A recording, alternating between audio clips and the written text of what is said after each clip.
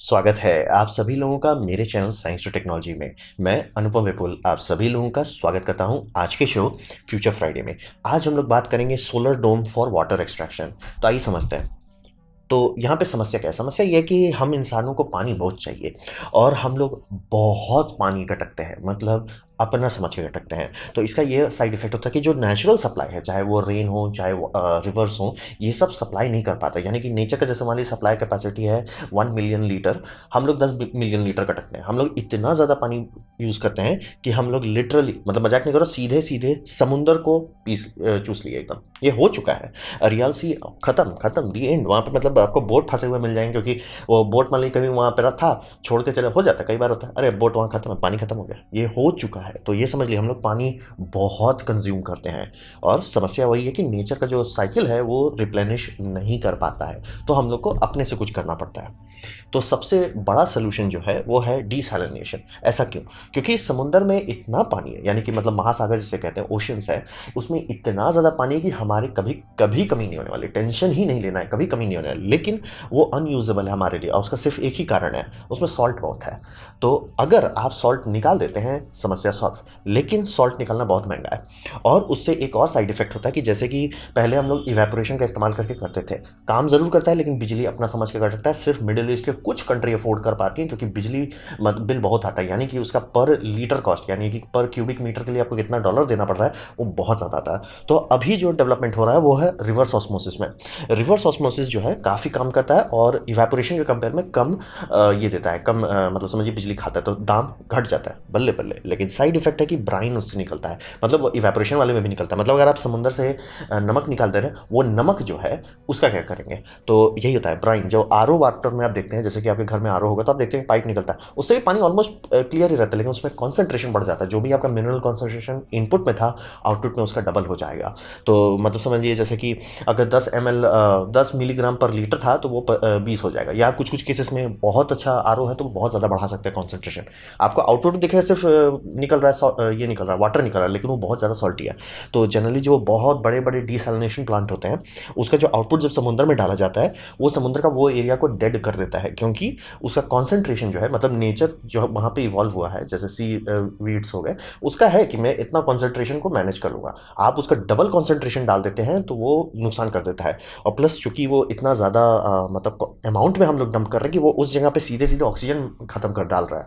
तो ये बहुत डेडली माना जाता है इकोसिस्टम के लिए, कि समुद्र का वो एरिया जहाँ पे आपका वो पाइप निकल रहा है, जहाँ पे आपका आरओ का ब्राइन निकाला जा रहा है या इवेपोरेशन का रिजेक्ट डाला जा रहा है, खत्म, वो एरिया खत्म हो जाएगा, डेड हो जाएगा पूरा। तो डिसैलिनेशन काम करता है, समस्या सुलझा देगा, लेकिन ये बहुत बड़ा मतलब दो साइड इफेक्ट है। पहला, बिजली अपना समझ के कटकता है। दूसरा, जो आउटपुट है वो भी मैनेज नहीं किया जा सकता। तो अब बात करते हैं सोलर डोम के बारे में। तो सोलर डोम का आइडिया यह है कि एक जियोडेसिक डोम होगा और इसको हम लोग सोलर कॉन्सेंट्रेशन से गर्म करेंगे, ना कि बिजली से। मतलब उसका ये फायदा होता है कि अगर आप ये करते हैं धूप का इस्तेमाल करके, सॉरी लाइन भाग गया, धूप का इस्तेमाल करके गर्म कुछ करना चाहते हैं, वो बहुत जल्दी गर्म हो जाता है। और हम लोग को पानी केस में आप सोचोगे सोलर पैनल से गर्म करें, नहीं, आप बिजली बर्बाद कर रहे हो, क्योंकि सोलर पैनल 20% एफिशिएंट होता है। फिर आपका ट्रांसमिशन लॉस, फिर जो आप इवेपोरेट कर रहे हो उसमें लॉसेस होते हैं। तो घूम फिर के आप सन को डायरेक्ट इस्तेमाल करो ना। तो आइडिया वही है कि एक डोम होगा, उस डोम को मतलब मिरर से हीट किया जाएगा और इसमें सी वाटर लाया जाएगा। अब सी वाटर जब आएगा इसमें, और जो सोलर रेडिएशन है वो इसको गर्म कर देगा, बॉईल कर देगा, और जो स्टीम निकलेगा वो स्टीम को आप कलेक्ट कर लेंगे।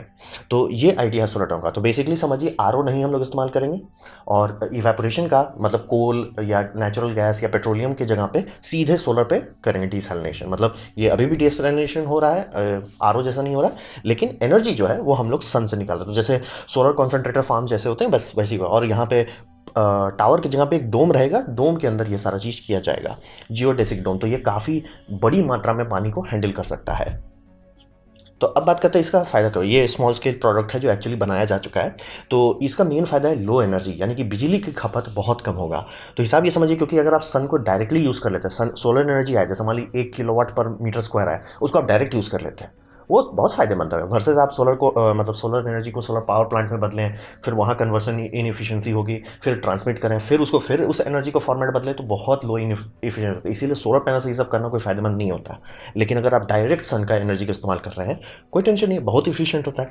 दूसरा, जो स्टीम बनेगा वो इतना मतलब ये बड़े स्केल पे करने पे थियोरेटिकली आइडिया ये है कि वो इतना ज़्यादा हो सकता है कि सेल्फ पावर्ड हो जाए, यानी कि स्टीम जो बन रहा है उस स्टीम से हम लोग टरबाइन चला के इतना पावर नहीं देगा कि बहुत सारे शहर को चला ले, उतना नहीं देने वाला, लेकिन इतना ज़रूर दे सकता है कि मतलब लो पावर टरबाइंस जो है वो आपका प्लांट का जो बिजली खपत है वो कर देंगे। और प्लांट में आप बोले बिजली खपत करें, जैसे पंप चलाने का होगा, इतने सारे मिरर को ट्रैक करने के लिए ऑब्वियसली हज़ारों हज़ारों मोटर्स लगेंगे, वो सब का ट्रैकिंग का सिस्टम हो, तो ये किया जा सकता है कि स्टीम से इतनी एनर्जी नहीं, जैसे प्लांट का खपत है 2 मेगावाट एनर्जी, वो 2 मेगावाट दे देगा। और सोलर जो मेन हीटिंग एनर्जी है वो तो सन से डायरेक्ट इस्तेमाल हो रहा है, तो ये हो जाएगा। और इसका ये फ़ायदा कि ये लो कॉम्प्लेक्सिटी इक्विपमेंट है, यानी कि आर ओ मेम्ब्रेन आप बोले हर कोई आर ओ क्यों नहीं कर लेता, बहुत महंगा होता है आर ओ मेम्ब्रेन, बहुत महंगा होता है। दूसरा, आर ओ मेम्ब्रेन में जो प्रेशर लगता है वो बहुत ज़्यादा होता है, तो हम लोग एक नया सिस्टम इस्तेमाल करते हैं जिसे कहते हैं R O pressure recovery system, यानी कि आर ओ का मेन दाम होता है उसका पानी जो है, मान ली 15 PSI नॉर्मली रहता है, आपको उसको 50 PSI या 200 PSI, और जितना एफिशिएंट चाहते हो PSI बढ़ाना पड़ेगा। तो आप बोलेंगे PSI बढ़ाने में बिजली खपत होता है,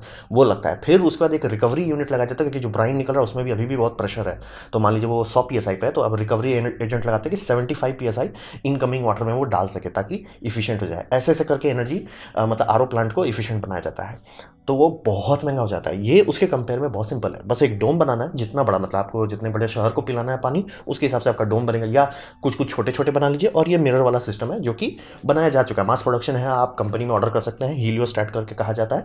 अब वो आराम से आपको बोल देंगे आपको कितना पीस चाहिए, 50,000, हम ऑर्डर कर देंगे, 2 साल में आ जाएगा।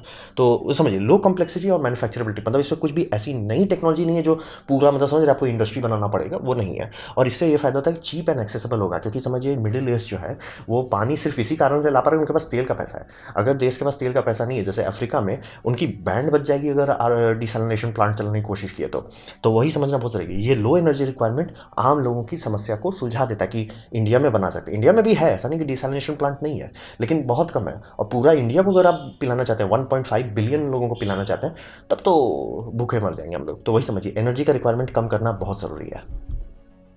अब फिर बात करते हैं ब्राइन मैनेजमेंट। मेन खेला तो वही हो रहा है ना कि आप ब्राइन को कैसे मैनेज करोगे। तो हिसाब ये रहता है कि यहाँ पे चूंकि समुद्र से डायरेक्ट कनेक्ट कर रहे हैं और हम लोग आर ओ नहीं कर रहे, आर ओ का ब्राइन आउटपुट फिक्स होता है, आर ओ में आप कुछ नहीं कर सकते। लेकिन डिसैलिनेशन में जो थर्मल डिसैलिनेशन है उसमें आप छेड़खानी कर सकते हैं।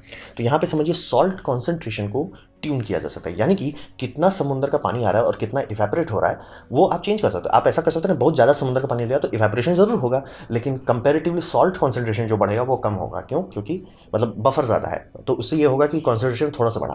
तो ये किया जा रहा है, कोशिश करेंगे कि ये माइल्ड कॉन्सेंट्रेशन जो होगा, यानी कि ब्राइन अभी भी बना लेकिन उसका कॉन्सेंट्रेशन उतना नहीं है जितना आर ओ है। तो मान लीजिए आर ओ सबसे बुरा है, तो आर ओ से ये कम रखेंगे। उसका फ़ायदा ये होगा कि वो उससे वेजिटेशन करेंगे। अब इससे बहुत कंपनी, बहुत सारे कंट्रीज़, बहुत सारे बायोटेक इंडस्ट्री इस पे काम कर रही है कि सॉल्टी वाटर पे सीधे सीधे फार्मिंग किया जा सके और काफ़ी सारे प्लांट नेचुरली हैंडल कर सकते हैं। तो माइल्ड ब्राइन को इसमें इस्तेमाल किया जाए। और ये सब जनरली रेगिस्तान का प्रोजेक्ट है, तो वहाँ पे कुछ भी वेजिटेशन, मतलब बस समुद्र में ये मतलब समझिए रेगिस्तान में पानी डाल के वहाँ उगाना शुरू कर दें, बहुत फायदेमंद होगा। और एक बार रूट्स बन जाते, एक बार बायोस्फीयर बन जाता है, वो अपने आप को सेल्फ सस्टेन कर लेता है, तो वो पहला इस्तेमाल होगा। दूसरा, जो ब्राइन जो अभी बना रहे हैं, मतलब वो उसकी टॉक्सिसिटी कम है क्योंकि वो उतना कॉन्सेंट्रेटेड नहीं है, तो ये समुद्र में वापस भी डाल सकते हैं, नुकसान कम होगा। जीरो नहीं होगा लेकिन कम होगा। तो मान लीजिए अगर आर ओ का नुकसान 10 है, तो ये लोग ऐसा कर सकते हैं कि हमारा नुकसान 10 की जगह पे 1 कर रहा है, तो लॉन्ग टर्म तक आप इस्तेमाल कर पाएंगे। और दूसरा जो सबसे बड़ा इनका एम्बिशियस गोल है वो है कि हाई कॉन्सेंट्रेशन करें, मतलब दबा के उससे पानी निकाल देंगे, पूरा जो ब्राइन निकलेगा वो बहुत हाई कॉन्सेंट्रेशन होगा, यानी कि वो आर ओ से ज़्यादा कॉन्सेंट्रेटेड होगा, और उससे मिनरल एक्सट्रैक्ट करेंगे। मतलब एक मिनट, समुद्र का पानी में खदानी कैसे कह जाएगा? समुद्र का पानी में दुनिया में जितना मटीरियल है वो सबसे ज़्यादा मटीरियल समुद्र का पानी में डिजॉल्व है, बस कॉन्सेंट्रेशन बहुत कम है। यहाँ पे आप कॉन्सेंट्रेशन बाय डिफॉल्ट बढ़ा रहे हो। तो अब आज ठीक है, चलिए उसमें मटेरियल है, तो उसमें क्या मटेरियल है जिसको निकालने में प्रॉफिट होगा? लिथियम और मैग्नीशियम। इसमें बहुत कंट्री पैसा डाल रही है, क्योंकि समुद्र में जितना लिथियम है पूरा चाइना, पूरा अमेरिका, सबको जोड़ दीजिए आसपास भी नहीं आता, इसलिए समुद्र वाले भैया हमसे मत कंपेयर करो। साइड इफेक्ट कॉन्सेंट्रेशन बहुत कम है, बेनिफिट ब्राइन में कॉन्सेंट्रेशन बहुत ज़्यादा है, क्योंकि आप पानी तो निकाल ही दिए, तो इलेक्ट्रोलाइसिस का इस्तेमाल करके आप निकाल सकते हैं मटेरियल्स। और सिर्फ लिथियम नहीं, कुछ भी नहीं, जो भी उस पानी में है आप उससे निकाल सकते हैं। और अगर मतलब ये सब प्लांट हर जगह क्यों नहीं है? काफ़ी जगह पे खुलने लगा, जैसे कि आपका समझिए साउथ कोरिया जो है काम कर रहा है, क्योंकि उनके पास लिथियम माइन नहीं है, तो वो लोग खूब मेहनत करके समुद्र से सीधे निकालो, क्योंकि उनको इंपोर्ट ड्यूटी एक्सपोर्ट से करके कम दाम में ये मतलब समझिए जो कम दाम का मटेरियल वो ज़्यादा हो जा रहा है उनके लिए, तो वो लोग समुद्र से ज़्यादा निकालते हैं, उसका दाम थोड़ा सा ज़्यादा है खदान से, लेकिन जैसे जैसे टेक्नोलॉजी बेटर होती जाएगी वो कम दाम में ज़्यादा निकाल पाएंगे। और यहाँ पे आपके पास तो फायदा है, ब्राइन तो आपके पास ऑलरेडी आ रहा है, तो समझिए उसमें कॉन्सेंट्रेशन पर लीटर पहले ही बढ़ा हुआ है। मतलब कुछ कुछ केसेस में ये हिसाब लगाते हैं कि इनको पर लीटर अराउंड 0.1 मिलीग्राम मिल जाएगा लिथियम, जो कि बहुत ज़्यादा है, क्योंकि समझिए इसका मतलब हो रहा है कि जहाँ 10,000 टन पानी को प्रोसेस किया जा रहा है वहाँ पे तो ये लोग लिथियम का ट्रेन निकालने लगे हैं, ट्रक नहीं ट्रेन निकालेंगे। तो ये ब्राइन मैनेजमेंट का इनका एम है कि पहला कॉन्सेंट्रेशन कम रख दो, अगर मतलब ये सब प्लांट में फेल हो रहे हैं कोई टेंशन नहीं, कॉन्सेंट्रेशन कम रखो, समुद्र में वापस डालो, नुकसान कम होगा। और अगर अच्छा से बायोटेक वाला रिसर्च काम कर जाता है तो मतलब सीधे फर्टिलाइजेशन करके ये मतलब समझिए कि इसीलिए जितना इनके एनिमेशन दिखाए जा रहे हैं उसमें दिखा रहे कि रेगिस्तान है वो ग्रीन हो जा रहा है, जंगल बना दे रहे हैं, ऐसा किया जा चुका है, ये चीज़ है जो किया जा चुका है, तो वो भी असंभव नहीं है, बस देखते हैं कितना सक्सेसफुल होता है। और तीसरा ये, इस पर अभी कुछ कुछ कंट्री लोग पैर रख रही है कि अरे मतलब हर समय हम चाइना से क्यों मांगे, हर समय हम इधर से क्यों मांगे, हम खुद से समुद्र से क्यों ना निकाल लें, और इंडिया के पास तो लंबा सी बॉर्डर है, तो अपने पास तो टेंशन ही नहीं होना चाहिए। अगर ये सक्सेसफुल हो जाता है, ये सोलर डोम टेक्नोलॉजी अगर वैसे काम करता है जैसे सेल किया जा रहा है, मेरे को चांस कम है कि उतना नहीं सक्सेसफुल होगा जितना ये लोग क्लेम कर रहे हैं। तो मान लीजिए इनका क्लेम है 100 और हम मान लीजिए ये 85 पहुंचता है फर्स्ट जनरेशन में, या 60 पहुंचता है फर्स्ट जनरेशन में, सेकंड जनरेशन में 80 पहुंच जाता है। अगर ऐसा हो जाता है, पानी की समस्या दुनिया से खत्म हो जाएगी, दी एंड, काम खत्म, सोचो मत उसके बारे में। पानी के बारे में अब हम लोग नहीं सोचते, हम लोग इंसानियत उस जगह पहुंचेगा, पानी का टेंशन नहीं है। तो इसीलिए ब्राइन मैनेजमेंट इतना इंपॉर्टेंट बात है। और अगर एक्चुअली लिथियम और मैग्नीशियम माइन होने लगा तब तो पैसा अपना करके पैसा छापेंगे। तो ये था मेरा presentation solar dome for water के बारे में। उम्मीद करता हूँ आपको अच्छा लगा, कुछ सीखने मिला हो, कुछ समझ में आया हो। अगर ऐसा है लाइक करते, दूसरा शेयर कर दें, उससे मेरा काफ़ी भला होगा। नहीं अच्छा लगा, नहीं पसंद आया, कोई बात नहीं, आप डिसलाइक कर सकते हैं। मैं कहूँगा डिसलाइक 2 बार दबाएं, उसमें मुझे अच्छा लगा कितना ना पसंद हुआ। मैं आपसे कहूँगा कि कमेंट लिखें, मैं हर कमेंट को पढ़ने की कोशिश करता हूँ। आपसे कहूँगा सब्सक्राइब कीजिए, बेल दबाइए अगर आप फ्री हैं तो। आपने अगर वीडियो देखा जान के मुझे बहुत खुशी हुई। धन्यवाद।